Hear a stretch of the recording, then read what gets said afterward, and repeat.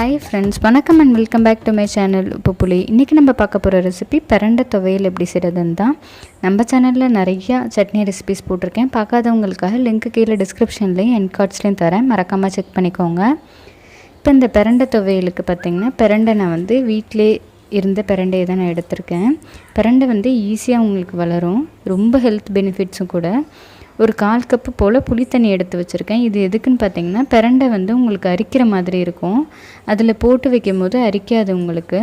அதே மாதிரி கட் பண்ணும்போது கையெல்லாம் அரிக்கிற மாதிரி இருக்கும். அதனால எண்ணெய் தடவிட்டு கட் பண்ணுறேன். இந்த மாதிரி நீளமாக இருக்கிறத ஃபஸ்ட்டு கொஞ்சம் கொஞ்சமாக கட் பண்ணிக்கிறேன். கட் பண்ணிவிட்டு அந்த லீவ்ஸ் எல்லாம் இருக்குல்ல, சைடில் இருக்க லீவ்ஸ்லாம் நமக்கு தேவையில்லை. அதனால் அந்த லீவ்ஸ் எல்லாம் ஃபஸ்ட்டு எடுத்துடுறேன். பிரண்டையில் பார்த்திங்கன்னா உங்களுக்கு நார் மாதிரி ஒரு இது வரும், உங்களுக்கு ஓரத்தில் இருக்கும். கிட்டத்தட்ட முருங்கைக்காயில் இருக்க மாதிரியே இருக்கும். அந்த நாரை மட்டும் எடுத்துட்டால் போதும். இந்த மாதிரி லேசாக நீங்கள் வந்து ஒரு நைஃப் வச்சு எடுத்திங்கனாலே நார் மட்டும் தனியாக வந்துடும்.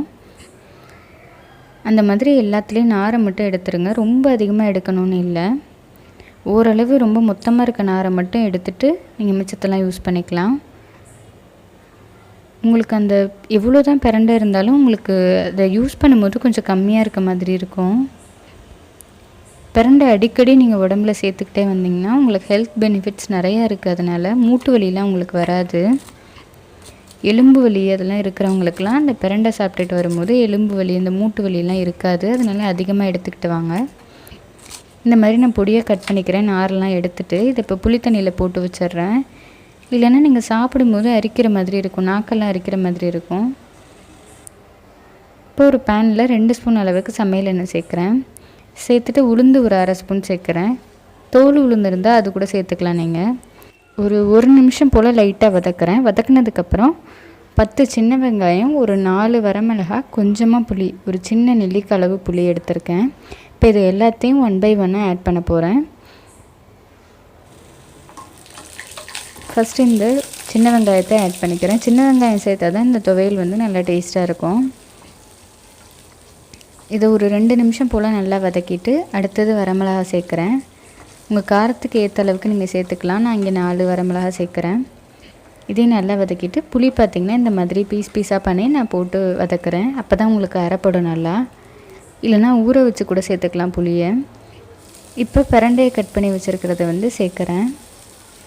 சேர்த்துட்டு இதையும் ஒரு 2-3 நிமிஷம் நல்லா வதக்குனாலே போதும். உங்களுக்கு பிரண்டையோட கலர் வந்து டார்க் க்ரீனாக இருக்குது. அது வந்து லைட் கலராக மாறும்.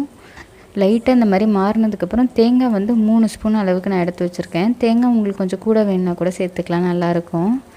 ஒரு 1/2 ஸ்பூன் அளவுக்கு உப்பு சேர்த்து இதை ஒரு 2-3 நிமிஷம் வரைக்கும் நல்லா வதக்குறேன். இந்த மாதிரி நல்லா வதக்கிட்டு ஆஃப் பண்ணிட வேண்டியது தான். இது இப்போ நல்லா ஆற விடணும். ஆற விட்டு ஒரு மிக்சர் ஜாரில் போட்டு அரைச்சிட வேண்டியது தான். கொஞ்ச நேரம் இந்த பேன்லேயே வச்சுருந்து ஆற விட்டுட்டு அதுக்கப்புறம் ஒரு மிக்சர் ஜாருக்கு மாற்றிக்கிறேன்.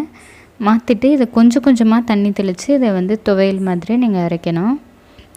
நிறைய தண்ணி சேர்த்துட்டிங்கன்னா சட்னி மாதிரி இருக்கும். கொஞ்சம் கொஞ்சமாக தண்ணி சேர்த்து இந்த மாதிரி துவையல் பதத்துக்கு அரைச்சிக்கோங்க. இப்போ இதை தாளிக்கிறதுக்கு ஒரு பேனில் 1 ஸ்பூன் அளவுக்கு சமையல் எண்ணெய் சேர்க்குறேன். ஒரு 1/2 ஸ்பூன் அளவுக்கு கடுகு உளுந்து சேர்க்குறேன். 2 சேர்த்து 1/2 ஸ்பூன் சேர்க்குறேன்.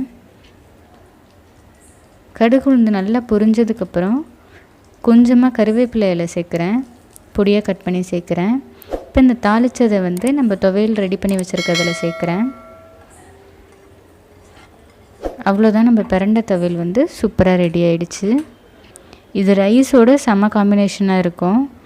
நீங்களும் இந்த பிரண்டை துவையலை செஞ்சு பார்த்துட்டு எப்படி இருந்ததுன்னு மறக்காமல் கமெண்ட் பண்ணுங்கள். Meet you all in the next video. until then bye bye from me.